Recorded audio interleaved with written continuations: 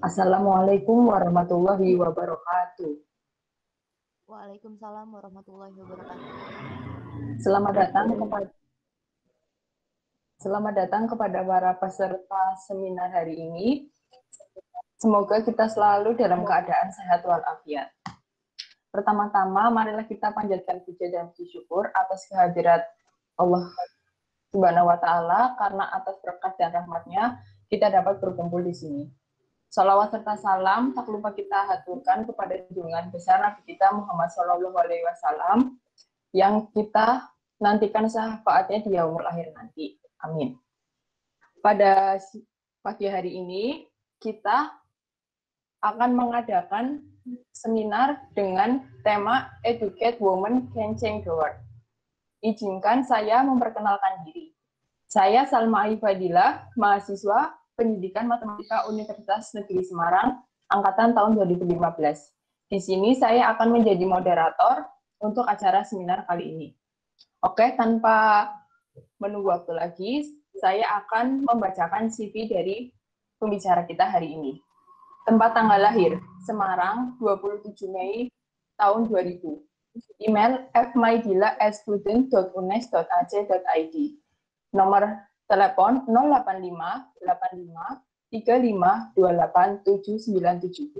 Riwayat pendidikan SD Negeri Nongko Sawit 1, SMP Negeri 1 Ungaran, SMA Negeri 5 Semarang, dan sekarang menjadi mahasiswi Pendidikan Matematika Universitas Negeri Semarang tahun 2018. Baik, langsung saja kita sambut Kak Maidila Fadia Rahma Vistara. Kepadanya kami persilahkan. Terima kasih kepada moderator. Saya Maidila Fadia Rahma Vistara, izin untuk share screen ya. Ya, Kak, silakan.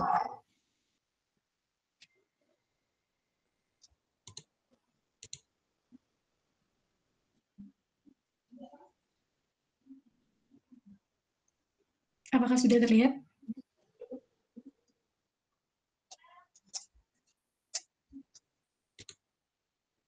Sudah, Kak Maidila. Baik, terima kasih. Jadi langsung saja pada materi kali ini kita akan bahas tentang Educate Women Can Change the World. Tadi ini data pribadi saya yang telah dibacakan oleh moderator. Selanjutnya kita langsung saja masuk ke materi. Nah, jadi sebelumnya apa yang dimaksud dengan gender? Gender, menurut Women's Studies Encyclopedia, didefinisikan sebagai konsep kultural yang berupaya membuat perbedaan dalam hal perilaku, mentalitas, karakteristik emosional antara laki-laki dan perempuan yang berkembang di masyarakat. Jadi, gender merupakan bukan perbedaan biologis atau bukan merupakan kodrat Tuhan.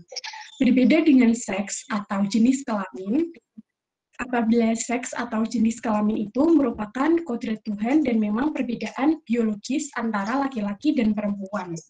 Sehingga gender adalah perbedaan perilaku antara laki-laki dan perempuan yang secara sosial dibentuk. Nah, kemudian apa hubungannya gender dengan pendidikan itu? Pendidikan sendiri adalah usaha sadar dan terencana untuk mewujudkan suasana belajar dan proses pembelajaran agar peserta didik secara aktif mengembangkan potensi dirinya. Di sini kita bisa memiliki kekuatan spiritual, keagamaan, pengendalian diri, kepribadian, kecerdasan, akhlak mulia, serta keterampilan yang nantinya akan digunakan di masyarakat luas. Sehingga pentingnya pendidikan itu untuk mengubah pola tradisional menjadi pola modern yang mampu bisa beradaptasi dengan dunia luas. Kondisi ini menyebabkan pendidikan merupakan sarana yang penting untuk mencapai pembangunan, kesetaraan, dan kedamaian antara laki-laki dan perempuan. Pendidikan yang baik adalah pendidikan yang tidak diskriminatif dan dapat bermanfaat bagi laki-laki dan perempuan dalam pemberdayaan ekonomi, sosial, dan lain-lain untuk mengurangi kemiskinan. Nah, selanjutnya ada kesetaraan gender dalam pendidikan. Yang pertama ada bias gender dalam pendidikan. Bias gender dalam pendidikan ini dapat kita lihat dalam lingkungan sekolah dan lingkungan keluarga. Seperti di lingkungan keluarga, biasanya ibu atau pembantu rumah tangga itu biasanya perempuan yang selalu mengerjakan tugas-tugas domestik seperti memasak, mencuci, dan menyapu. Maka akan tertanam di benak anak-anak bahwa pekerjaan domestik itu memang pekerjaan perempuan. Nah, sekarang kita ambil contoh di dunia pembelajaran. Jadi di bahan ajar yang kita sering baca, banyak ditemukan gambar maupun rumusan kalimat yang tidak mencerminkan kesetaraan gender. Misalnya, kita ambil contoh seorang pilot, biasanya akan dicontohkan sebagai laki-laki. Sedangkan untuk misalnya guru, mayoritas akan dicontohkan sebagai perempuan. Nah, hal ini menjadikan bahwa tugas mengasuh atau mendidik itu oleh perempuan, sedangkan pilot yang memerlukan kecakapan dan kekuatan itu dimiliki oleh laki-laki. Kemudian yang kedua, ada diskriminasi dalam kesempatan memperoleh pendidikan. Nah, kita ambil contoh di sini bahwa di suatu keluarga, dalam hal pendidikannya, ada yang keluarga ekonominya lemah. Nah, mereka memiliki 2 anak, perempuan dan laki-laki. Maka, kita melalui ekonomi tersebut, pihak orang tua biasanya akan lebih mendahulukan untuk menyekolahkan si laki-laki dibandingkan si anak perempuannya tadi. Nah, hal ini karena kaum laki-laki dianggap kelak akan menjadi kepala rumah tangga dan bertanggung jawab untuk menafkahi keluarganya, sehingga mereka berpikir untuk pendidikannya itu lebih penting kepada kaum laki-laki. Sedangkan untuk perempuan dianggap sebagai ibu rumah tangga yang bekerja di dalam rumah untuk mengurus anak, suami, dan rumahnya. Dari pandangan ini, maka dinilai pendidikan itu tidak begitu penting bagi kaum perempuan. Menurut saya, sebenarnya anggapan seperti itu tidak selalu benar. Karena bagaimana apabila kondisi itu menuntut untuk perempuan itu mencari nafkah bagi keluarganya, atau menjadi pemimpin bagi keluarganya. Misalnya, mereka bercerai, atau si wanita ini harus menafkahi keluarganya. Nah, apabila perempuan tidak memiliki kualitas pendidikan yang memadai, maka dapat dipastikan bahwa perempuan itu tidak bisa menjalankan perannya untuk menggantikan laki-laki dalam keluarga. Dia akan sulit mendapatkan pekerjaan yang layak apabila pendidikannya itu tidak terlalu bagus. Nah, oleh karena itu, seharusnya perempuan itu juga memiliki hak yang sama dalam memperoleh pendidikan guna untuk mengantisipasi kondisi yang sedemikian. Nah, selanjutnya ada perlu pendidikan alternatif. Pendidikan alternatif yang dimaksud itu untuk mengkokohkan kedudukan perempuan di dunia kerja, sehingga mereka harus dibekali dengan keterampilan dan pemahaman akan isu-isu gender, di mana banyak sekali kasus gaji perempuan itu lebih rendah dibandingkan gaji laki-laki. Nah, hal-hal seperti itu harus kita antisipasi dengan adanya pendidikan alternatif, agar perempuan juga bisa bersaing dengan laki-laki dalam menetaskan generasi yang terdidik dan peduli akan masalah sosial. Kemudian selanjutnya, dalam bidang pendidikan, kesetaraan gender bukan berarti mempertentangkan antara laki-laki dan perempuan. Namun, itu adalah upaya membangun relasi dan kesempatan yang sama antara laki-laki dan perempuan. Salah satu jalur pendidikan yang bisa kita upayakan adalah jalur pendidikan melalui kurikulum berbasis gender. Jadi seperti tadi contoh di bahan ajar, mungkin kita bisa mulai mengimplementasikan dengan misalnya polisi, kita beri gambar dengan polisi wanita, atau yang lain misalnya dokter, kita memberi gambar dokter wanita, seperti itu. Nah, jadi di sini ada kalimat dari Brigham Young, when you educate a man, you educate a person. When you educate a woman, you educate a generation. Nah, jadi di sini ditegaskan bahwa walaupun wanita itu berpendidikan sampai S2 atau bahkan S3, namun pada akhirnya menjadi ibu rumah tangga itu merupakan bukanlah suatu permasalahan, karena pastinya pengalaman yang diperoleh akan berguna untuk kehidupan rumah tangganya dan kelak nanti dapat memecahkan masalah-masalah yang terjadi di rumah tangga dan juga dapat mendidik anak-anaknya agar menjadi anak-anak yang baik. Sekian presentasi dan pemateri dari saya kembalikan kepada moderator. Baik, Kak Dila, terima kasih. Wah, materinya sangat menarik ya teman-teman. Dengan materi ini kita bisa mengubah stereotip masyarakat mengenai kenapa sih wanita pendidikan tinggi tapi dicap nantinya akan jadi ibu rumah tangga. Seenggaknya kita sebagai wanita harus bisa setara dengan laki-laki. Paling tidak kita bisa hidup berdampingan dengan laki-laki di masyarakat. Oke, untuk selanjutnya akan diajarkan sesi tanya jawab. Silahkan bagi teman-teman yang ingin bertanya, bisa menyalakan mikrofon atau menuliskan di kolom chat. Terima kasih. Silahkan teman-teman yang ingin bertanya.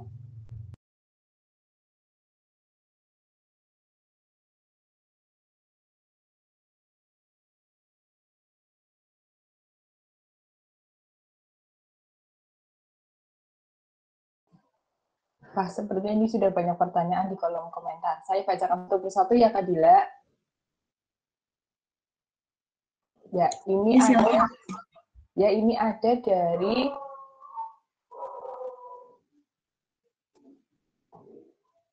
dari Kak Saisilia Rafika Sarah.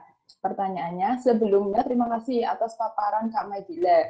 Di sini saya mau bertanya mengenai apa saja perbedaan antara emansipasi dan kesetaraan gender. Terima kasih. Silakan Kak Dila bisa menjawabnya sekarang.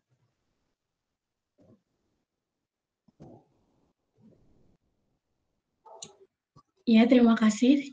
Jadi saya akan menjawab pertanyaan yang pertama, perbedaan antara emansipasi dan kesetaraan gender. Nah, emansipasi itu lebih untuk dia itu menuntut untuk memberikan haknya yang haknya itu dirampas atau tidak dia peroleh sebelumnya. Sedangkan untuk kesetaraan gender itu menuntut untuk keadaan setara antara perempuan dan laki-laki. Jadi emansipasi itu menuntut hak yang sebelumnya dirampas dan kesetaraan gender itu menuntut untuk disamakan haknya dalam memperoleh pendidikan dalam bidang politik antara laki-laki dan perempuan. Seperti itu.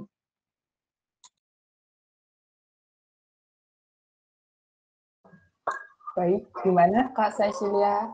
Apakah sudah puas dengan jawaban Kak Maidila? Sudah, Kak. Terima kasih. Oke. Selanjutnya ada lagi nih Kak Maidila, pertanyaan dari Kak Hanif Nur Cahyani. Saya ingin bertanya kepada Kak Maidila, feminisme disebut paham baru yang timbul akibat kesetaraan gender. Apa tanggapan Kakak mengenai hal tersebut? Terima kasih. Silahkan Kak Maidila bisa menjawabnya.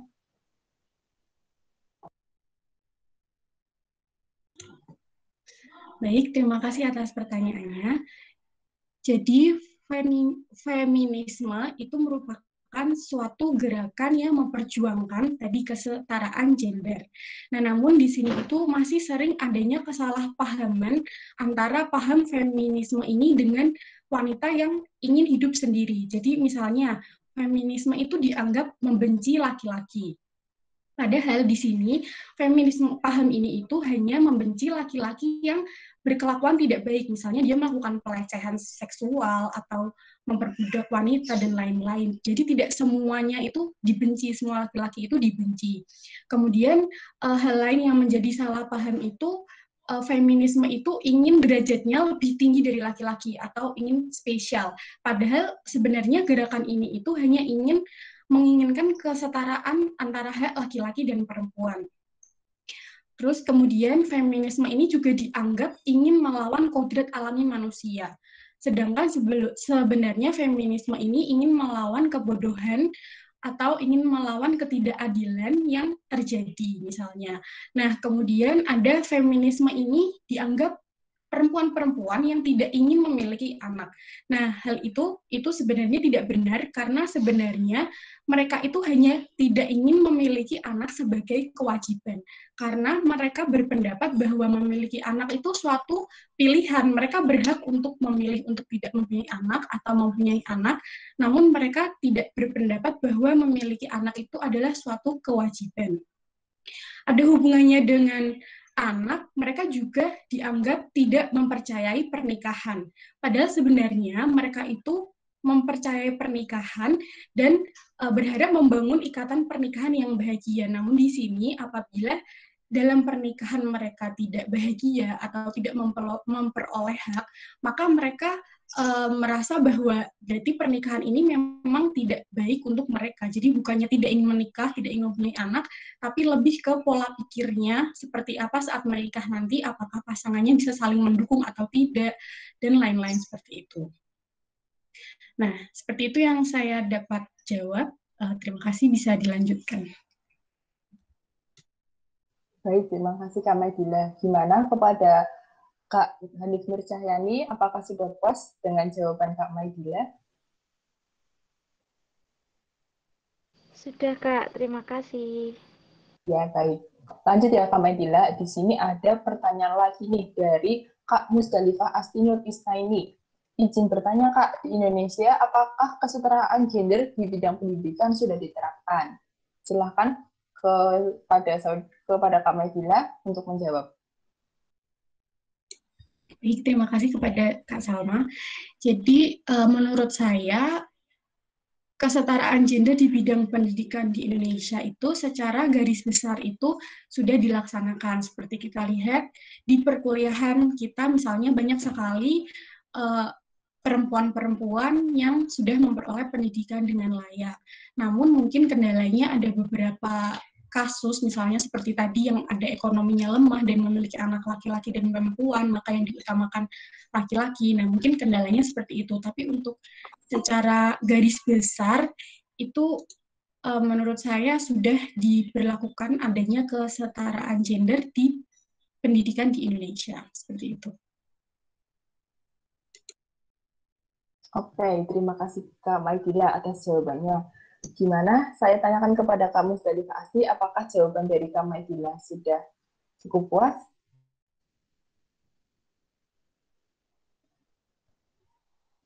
Oke, mungkin Kak Musdalifah Asti tidak bisa untuk me-on-kan mic-nya.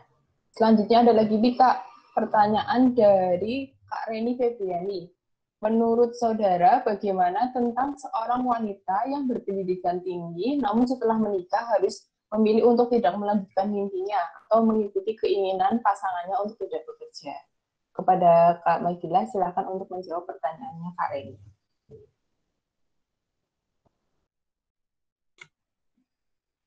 Baik, terima kasih. Jadi menurut saya, di mana perempuan itu harus memilih, misalnya apakah dia harus menikah dan kemudian tidak bekerja atau melanjutkan mimpinya. Nah, itu mungkin bisa dibicarakan dengan baik pada pasangannya ya. Jadi seperti misalnya di awal sudah bilang kalau misalnya aku punya mimpi ini, kamu apakah bisa menerima dan yang lain-lain. Nah, menurut saya laki-laki yang baik dia akan mensupport semua hal yang memang itu kalau dilakukan itu ada manfaatnya bagi kehidupan rumah tangga mereka. Nah, kecuali apabila misalnya si perempuan ini setelah bekerja atau dia sekolah tinggi itu tidak mengurus anak dengan suami dengan baik, nah mungkin itu memang harus dibicarakan kembali. Tapi selagi itu membawa dampak yang baik atau membawa manfaat di rumah tangga mereka, menurut saya bisa dibicarakan dan laki-laki yang baik juga akan bisa menerima bagaimana pemikiran kita mengenai hal itu, seperti itu. Oke, baik Kak Maidila. Untuk Kak Reni, gimana jawabannya? Apakah sudah memuaskan? Sudah Kak, terima kasih. Oke, teman-teman, barangkali ada yang ingin ditanyakan lagi, silahkan menyalakan mikrofon atau menulis di kolom chat ya. Terima kasih. Ayo teman-teman, silahkan ditanya. Silahkan bertanya.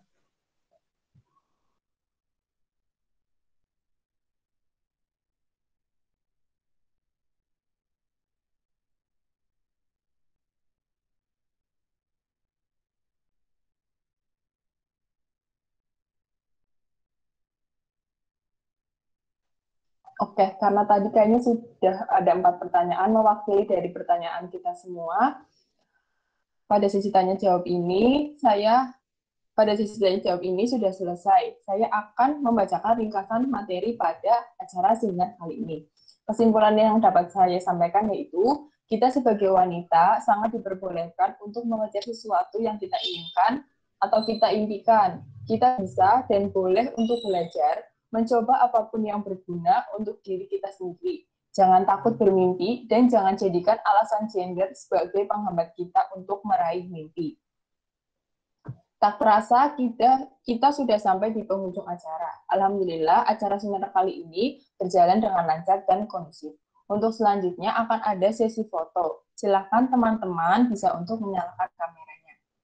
Silakan teman-teman, kita akan ada sesi foto untuk menyalakan kameranya. Until the very end, let me show you love. I know pretend. Saya hitung ya. 1, 2, 3. 1, 2, 3.